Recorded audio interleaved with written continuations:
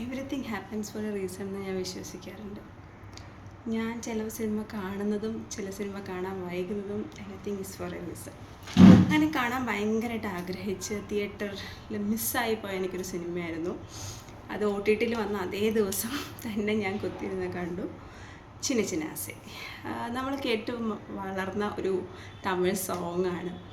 അപ്പോൾ ഈ സിനിമയെ പറ്റി പറയുമ്പോൾ ഇന്ന് എനിക്ക് തോന്നി ഞാൻ തിയേറ്ററിൽ ഇത് കാണാണ്ടിരുന്നത് നന്നായി. ആക്ച്വലി എനിക്ക് തിയേറ്റർ വെച്ച് ഭയങ്കരമായിട്ട് മിസ് ചെയ്തു. ഇത് വാരാണസി.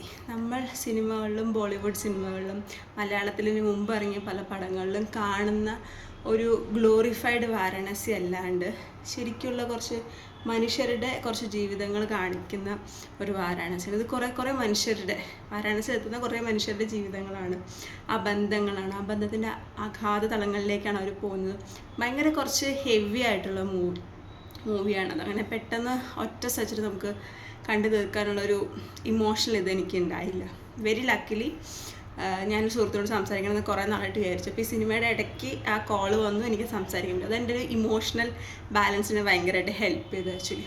കാരണം സാധാരണ സിനിമയുടെ ക്ലൈമാക്സ് എത്തുമ്പോഴാണ് ഞാൻ കരയാറ്. ഞാൻ മിക്കവാറും എല്ലാ സിനിമ കണ്ടാലും കരയാറുണ്ട്. പക്ഷേ ഈ സിനിമയുടെ ഏതാണ്ട് പകുതി ആയപ്പോഴേക്കും അല്ല കാൽഭാഗമായപ്പോഴേക്കും ഞാൻ കരഞ്ഞു തുടങ്ങി. എനിക്ക് ഇമോഷണൽ ഹെവിനെസ് ഫീൽ ചെയ്യുന്നുണ്ടായിരുന്നു.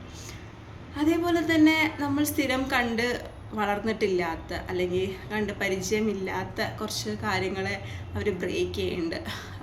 വൾണറബിളായിട്ടുള്ള മെൻ അവർ കരയുന്നത്. അപ്പോൾ ടിപ്പിക്കലായിട്ടുള്ള ഒരു നായക അല്ലെങ്കിൽ ഒരു നടൻ കഥാപാത്രങ്ങളൊക്കെ ഭയങ്കര സിമ്പിളായിട്ട് പൊളിച്ചെഴുതുന്നുണ്ട്.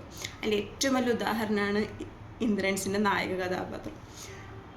എനിക്കത് ഭയങ്കര സന്തോഷമായി. നമ്മളൊക്കെ ചെറുപ്പത്തിൽ പുള്ളീനെ കളിയാക്കുന്ന കുറേ എന്താ പറയുക കൊടക്കമ്പി എന്നൊക്കെ പറഞ്ഞ് കളിയാക്കുന്ന കുറേ തമാശകൾക്ക് ചിരിച്ച് വന്നിട്ട് പിന്നെ അതെല്ലാം തെറ്റായ തമാശകളാണെന്ന് പൊളിറ്റിക്കൽ കറക്റ്റ്നെസ്സിനൊക്കെ നമുക്ക് മനസ്സിലായി തുടങ്ങിയ സമയത്ത് അതേ കാലഘട്ടത്തിൽ ഞാൻ ജീവിച്ചിരിക്കുന്ന സമയത്ത് തന്നെ അയാൾ നായകനായിട്ടുള്ളൊരു സിനിമ കാണാൻ പറ്റിയെന്ന് പറയുന്നത് എന്നിലുള്ള ഒരു ഫെമിനിസ്റ്റിനും എന്നിലുള്ള ഒരു വ്യക്തിക്കും ഭയങ്കര സാറ്റിസ്ഫാക്ഷൻ ആയിരുന്നു. അത് നല്ല കിട്ടലിനായിട്ട് ആ മനുഷ്യൻ ചെയ്തു വെച്ചിട്ടുണ്ട്.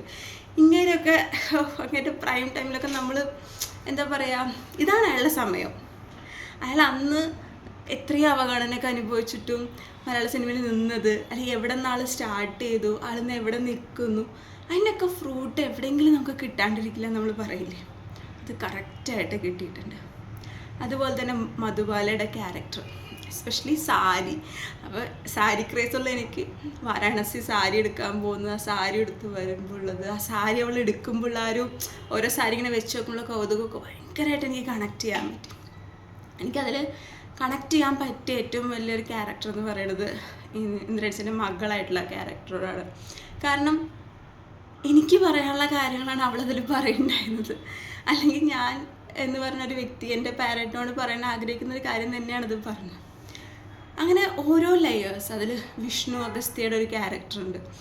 അയാളെ ഞാൻ ശ്രദ്ധിക്കുന്നത് ഒരു വെബ് സീരീസ് കുറച്ച് നാൾ മുമ്പ് ഉണ്ടായിരുന്നു, കോവിഡിൻ്റെ സമയത്ത് ഇൻസോമാനിയ നൈറ്റ്സ് എന്ന് പറഞ്ഞാൽ. എനിക്കിപ്പോഴത് ഓർമ്മയുണ്ട്. ആ മനുഷ്യനിങ്ങനെ എന്നെ കൊണ്ട് പറ്റുന്നില്ല എന്നിങ്ങനെ പറഞ്ഞൊരു ഇതുണ്ട്. അപ്പോൾ അന്ന് എനിക്ക് തോന്നി ഇയാളുടെ മലയാള സിനിമയിലേക്ക് എത്തിയിരുന്നെങ്കിൽ കുറച്ചുകൂടി നല്ലത്. ഇപ്പോൾ അയാൾ ചെയ്യുന്ന ക്യാരക്ടേഴ്സും ഇതിൽ കുറച്ച് സീനും ഉള്ളൂ, പക്ഷെ ആ മനുഷ്യനങ്ങ് ഇഷ്ടപ്പെട്ടു പോകും. അത് അയാൾ വൾണറബിളായി പോയതും അയാൾ ചെയ്തൊരു കാര്യത്തിന് ആൾ പിന്നീട് ഇതാക്കുന്നതും അയാളതിൽ പറയുന്നൊരു വിഷയം one of my close to my ഹേർട്ടാണ്. ഞാൻ വർക്ക് ചെയ്യുന്നൊരു ടോപ്പിക്കാണ് അതിൽ പറയുന്നത്. അപ്പോൾ അതെനിക്ക് ഭയങ്കരമായിട്ട് എനിക്കത് റിലേറ്റ് ചെയ്യാൻ പറ്റും. ലൈക്ക് മെൻ റിയലൈസിങ് ഇറ്റ്, അതെനിക്ക് ഭയങ്കരമായിട്ട് ഇഷ്ടപ്പെട്ടു.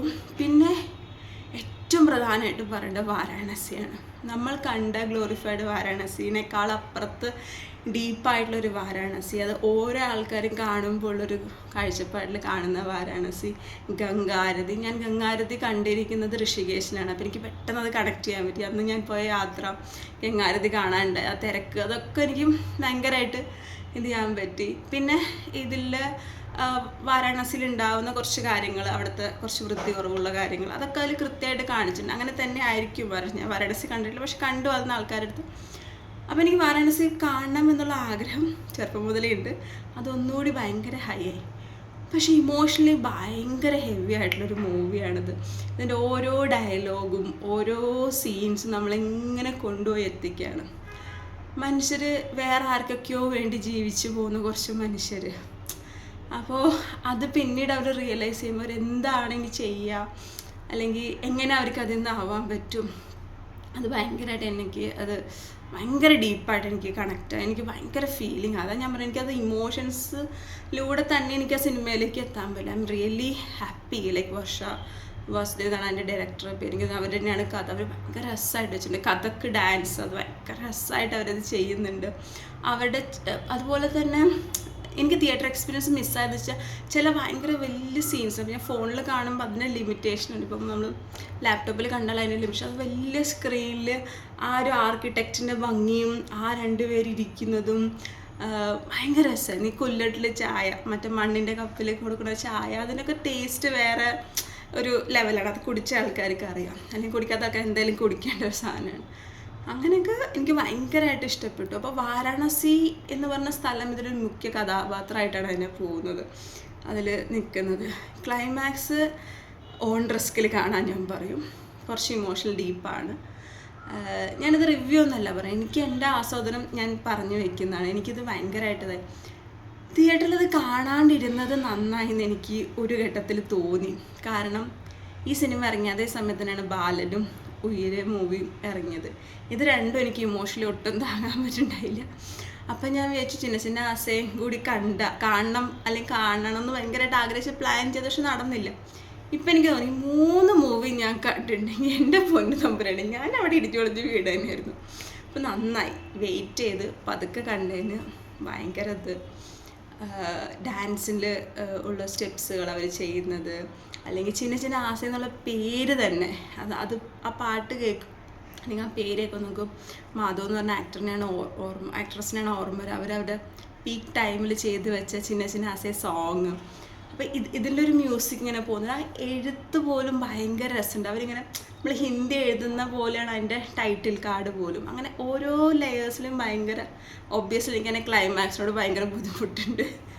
വേറൊരു ക്ലൈമാക്സ് ആക്കണം എന്നായിരുന്നു ഞങ്ങളെല്ലാ പ്രേക്ഷകരും ആഗ്രഹിക്കുന്നുണ്ടാവുക. പ്രത്യേകിച്ച് സിംഗിൾ പാരൻ്റായിട്ട് നിൽക്കുന്ന ഒരാൾ കാണുമ്പോൾ നമുക്ക് കുറച്ചും കൂടി റിലേറ്റ് ചെയ്യാൻ പറ്റി. പക്ഷേ എന്തുകൊണ്ടോ അതിൻ്റെ ക്ലൈമാക്സ് അവർക്ക് ഇഷ്ടമുള്ള രീതിയിൽ ചെയ്തു. ഞാൻ പക്ഷേ അതിനെ എൻ്റെ ഇഷ്ടത്തിലേക്ക് തിരുത്തെഴുതാനായിട്ടാണ് ഞാൻ ശ്രമിക്കാറ്. കാരണം എൻ്റെ സമാധാനത്തിന് എനിക്കത് വേണം. അപ്പോൾ എനിക്കത് പറഞ്ഞറിയിക്കാൻ പറ്റുന്നില്ല. അപ്പം everything happens four a reason. ഞാനതിൽ തിയേറ്ററിൽ കാണാണ്ടിരുന്നതിനും എനിക്കിപ്പോൾ ഒരു ഇത് കിട്ടുന്നു. അതുപോലെ ഞാൻ കുറേ നാളായിട്ട് വിളിക്കാനെന്നൊരു സുഹൃത്തിനെ സംസാരിക്കാനായിട്ട് ഇരുന്നൊരു സുഹൃത്തിനെ എനിക്ക് ആ ദിവസം തന്നെ വിളിക്കാൻ പറ്റിയത് എൻ്റെ കുറച്ച് ഇമോഷണൽ ബാലൻസിന് എനിക്കത് ഹെൽപ്പ് ചെയ്തു. പിന്നെ എല്ലാ മൂവീസും കൂടി ഒരുമിച്ച് കാണുമ്പോൾ ഉണ്ടാവുന്നൊരു ഇമോഷണൽ ബ്രേക്ക് ഡൗണിൽ നിന്ന് ഞാൻ എന്നെ തന്നെ രക്ഷിച്ചു. പിന്നെ നല്ലൊരു മൂവി കണ്ടെത്തിയിരുത്തി. അതുപോലെ ഒന്നുകൂടി വാരാണസിക്ക് പോകണം എന്നുള്ള എൻ്റെ ആഗ്രഹത്തിന് ഒന്നും കൂടി ശക്തമാക്കി വെച്ചു.